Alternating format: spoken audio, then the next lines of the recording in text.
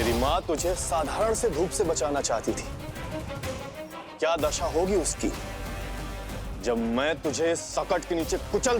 अब देख कैसे इस शकट के भार के नीचे दब जाता है तेरा कोमल तन। कितना नन्हा सा है तू, फिर भी तूने महाराज कंस की रातों की नींद, सुख चैन सब छीन लिया। अब मैं तुझसे तेरे प्राण छीनूंगा, तैयार हो जा।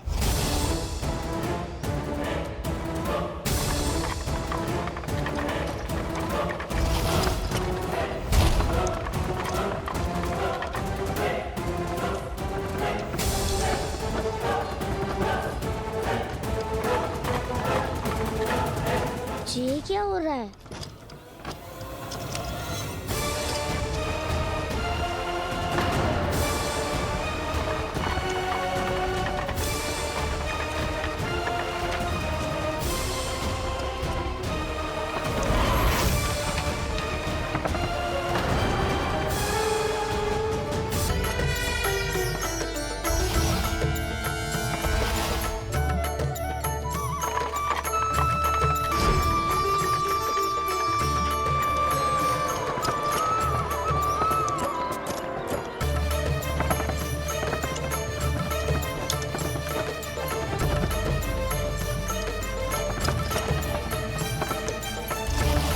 प्राण कब इसके तन से विदा ले लेंगे इसे पता ही नहीं चलेगा।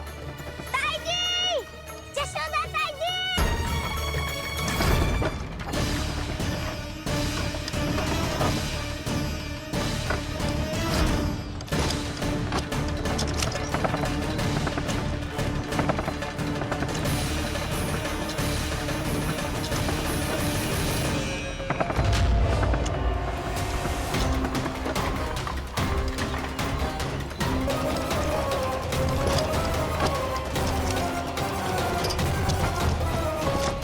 निद्रा देवी, समय हो गया है।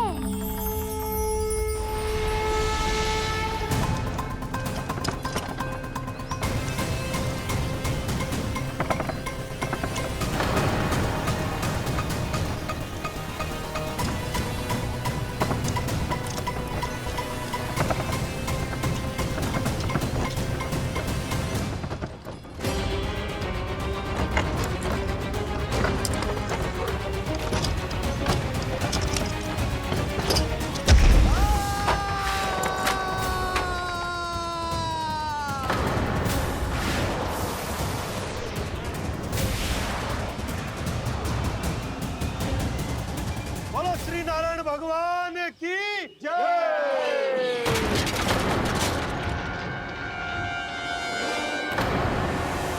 यशोदा ताई जी, जल्दी आओ।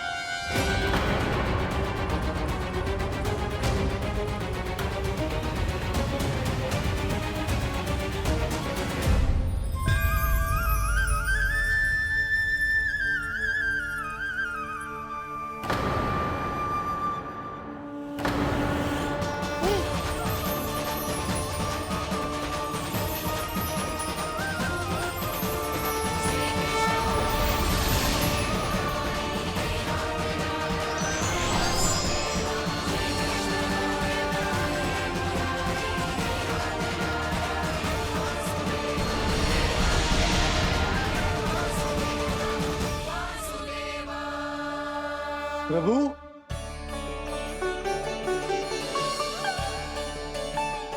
प्रभु, मैंने आपके अवतार को हानि पहुंचाने का प्रयास किया, फिर भी आपने मुझे दर्शन दिया। देने ही पड़े।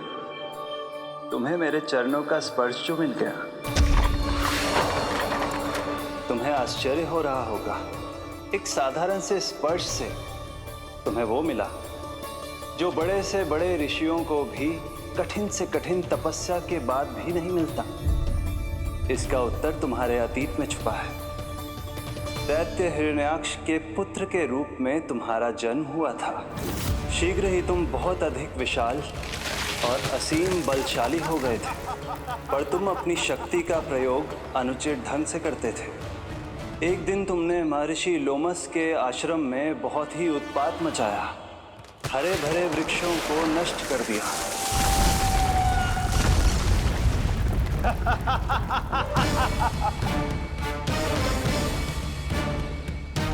देख क्या रहे हो ऋषिवर? ये विशाल वृक्ष भी मेरे इस विराट तन के आगे कुछ भी नहीं है। जिसे स्वयं अर्जित तक नहीं किया, उस तन पर इतना अभिमान। तो सुन ले, जिनसे तेरा तन बना है, उन्हीं पंच तत्वों में इसी क्षण ये विलीन हो जाएगा। ये मेरा श्राप है तुझे, मेरा श्राप है तुझे।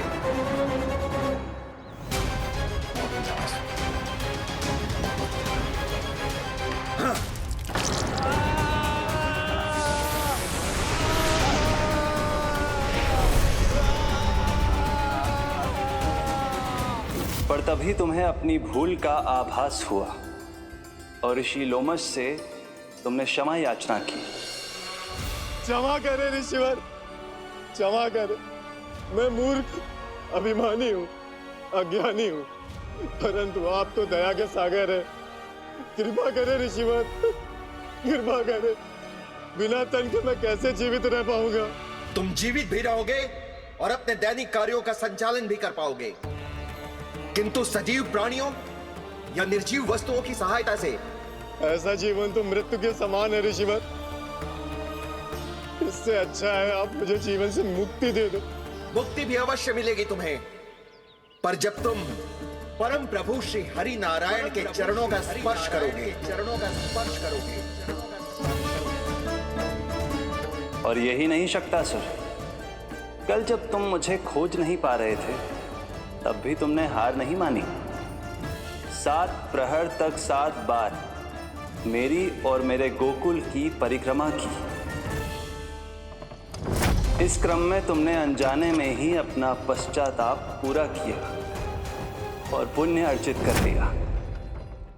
इसलिए मैं तुम्हें मोक्ष प्रदान करता हूं। इसलिए मैं तुम्हें मोक्ष प्रदान करता हूं।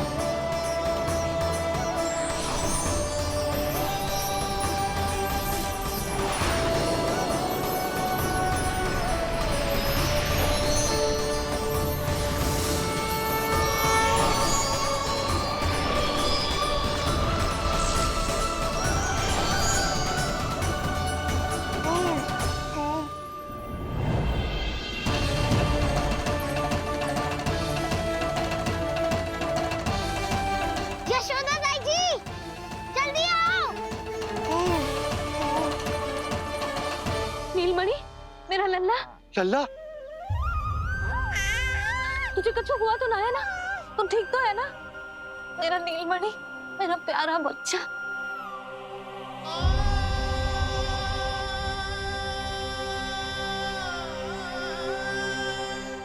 भोला, बंसी, ये सब क्या है?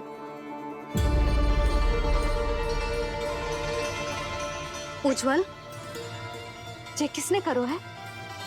और देख, कहानी मत सुनाइयो। उज्जवल पुत्र, कैसे हुआ ये सब? किसने किया? और किसने? महाबली नीलमणि ने, बड़ी ताई जी।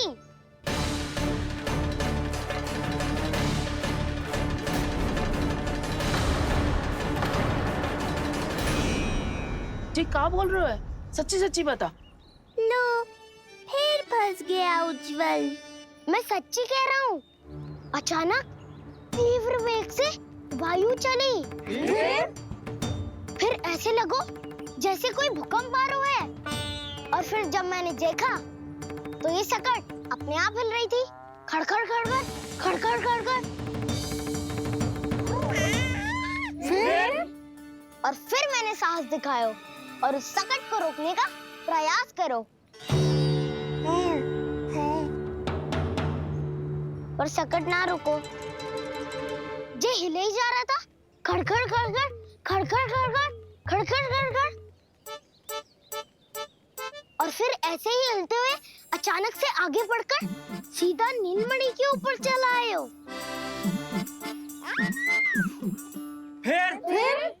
फिर सकट भी हिल रहा था, खड़खड़ खड़खड़, और सकट का सामान भी हिल रहा था, थरथर थरथर।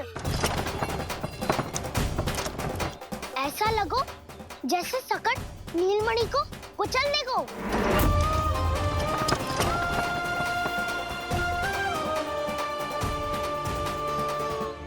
पर तभी जे जाग गए हो।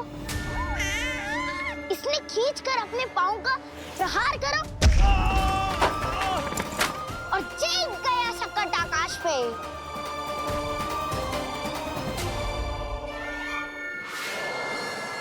और फिर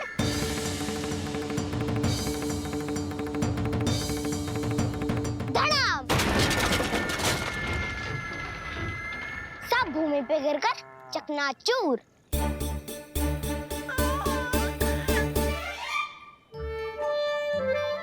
मैं सच्ची कह रहा हूँ ताई जी, नीलमणि के पैर का स्पर्श होते ही वो सकट ऐसे वायु में उड़ी जैसे कोई फूल। अच्छा, और जो तेरे हाथ में ये माखन है, ये भी अपने आप उड़ के आ गया होगा ना? हाँ, मैं सच्ची कह रहा हूँ। सदा बड़पोलापन ये अच्छी बात ना है लल्ला, सत्य बता। मैया, मैं सत्य बोल रहा हूँ। ये सकट अपने आप ही आयो था और नीलमणि के प्रहार करते ही दूर जा गिरो। अरे, ये बड़बोले से पूछने से अच्छा है कि हमें स्वयं विचार करना चाहिए कि ये सकट टूटा कैसे। हाँ नंदराज, हाँ, हम भी आरती के लिए भीतर चले गए थे। हाँ। अरे, आप सब मेरा विश्वास क्यों ना कर रहे हो? नीलमणि के प्रहार से ही उज्जवल,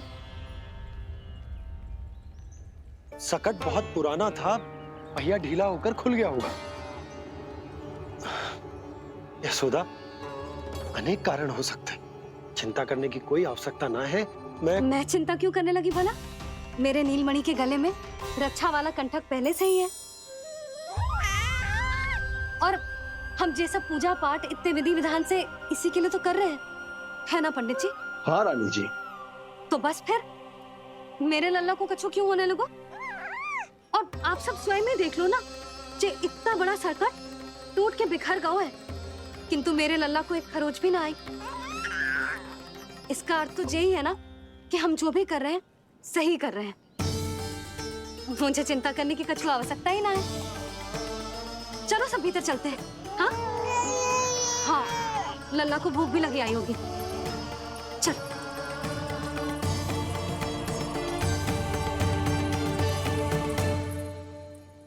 नंदराज जी, अब हमें भी आज्ञा दीजिए। प्रणाम पंडित जी। ध्यान कहाँ था तुम दोनों का? और अधिक सावधान रहने की आवश्यकता थी ना? क्षमा कीजिए नंदराज।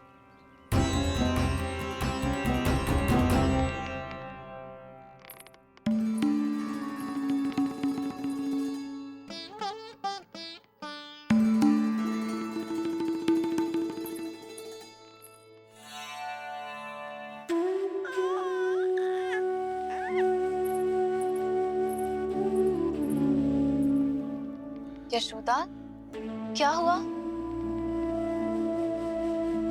बोलो ना, क्या सोच रही हो? मुझे बहुत चिंता हो रही है जीजी। मेरे लल्ला के साथ कुछ ना कुछ दुर्घटना होती रहती है। अरे, अभी बाहर ही तुम सबको समझा रही थी, अब भीतर आते ही क्या हो गया तुम्हें? बाहर समझाने वाली मैं ना थी जीजी, वो तो गोकुल की रानी जसोदा थी, किंतु भीतर से मैं अपने नीलमणि की मैया हूँ, बस। और एक मैया को कितनी चिंता होती है, इसे आपसे अधिक कौन जान सकता है। बहुत बड़ा धक्का लगा है मैया को इस घटना से। अब तो ये मेरी रक्षा के लिए और भी अधिक चिंतित हो जाएंगी।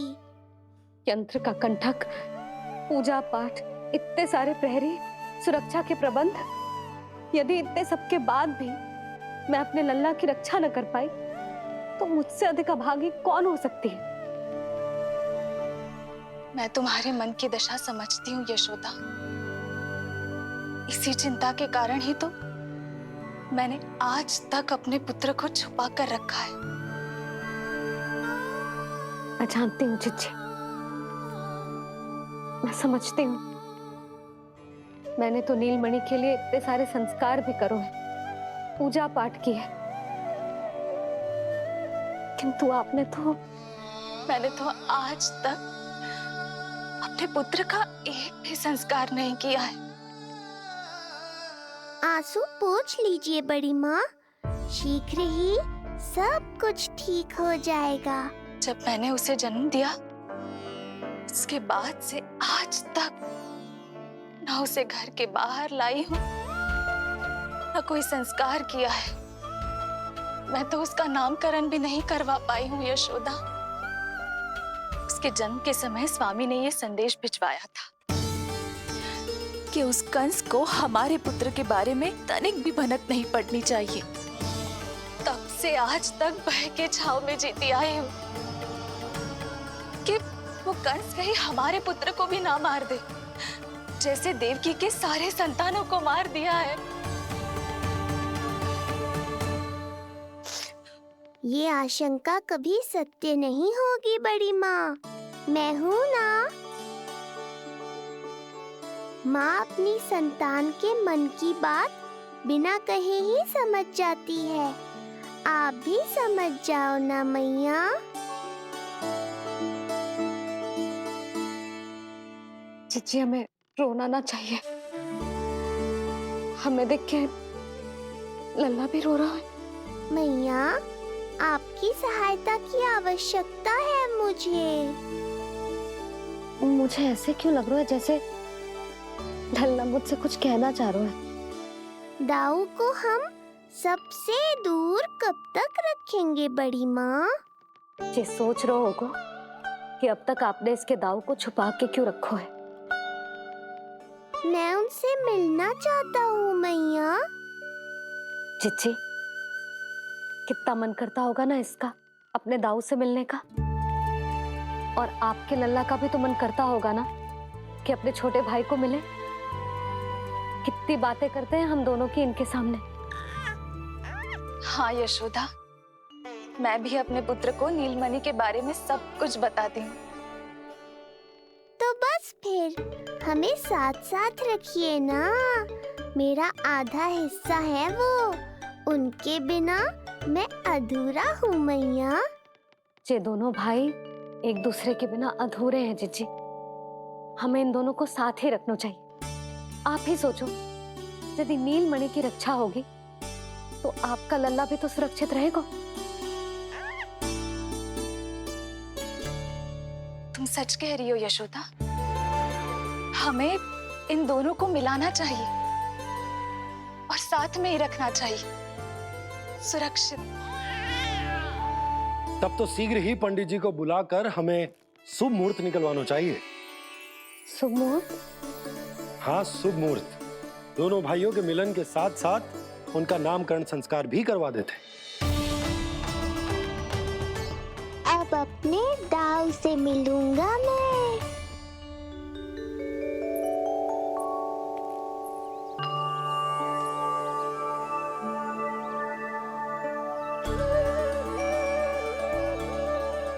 ऋषिवर की दिव्य आभा के कारण ये वातावरण कितना शुद्ध, कितना पवित्र लग रहा है ना। हाँ देवकी, इनका तेज ही ऐसा है कि इनके निकट केवल पवित्रता ही वास कर पाती है। किसी भी प्रकार की दुष्टता इनके पास जाने से पहले ही नष्ट हो जाती है।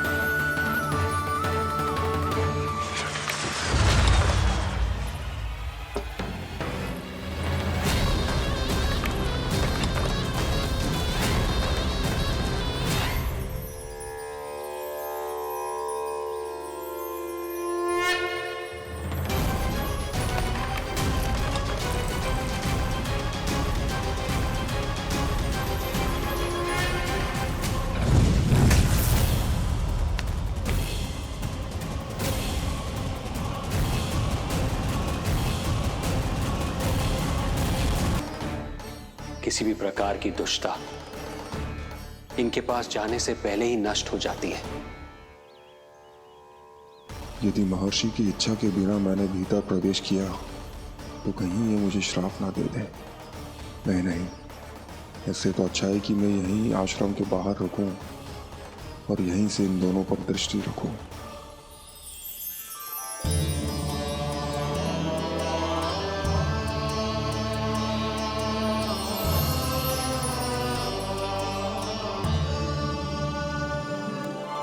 आपके आने का आभास हो गया था राजन।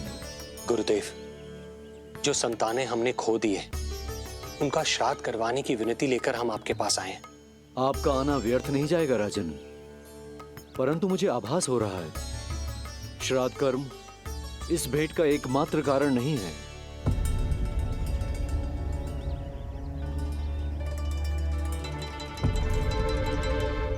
आपको उसकी या कंस की चिंता करने की कोई आवश्यकता नहीं है।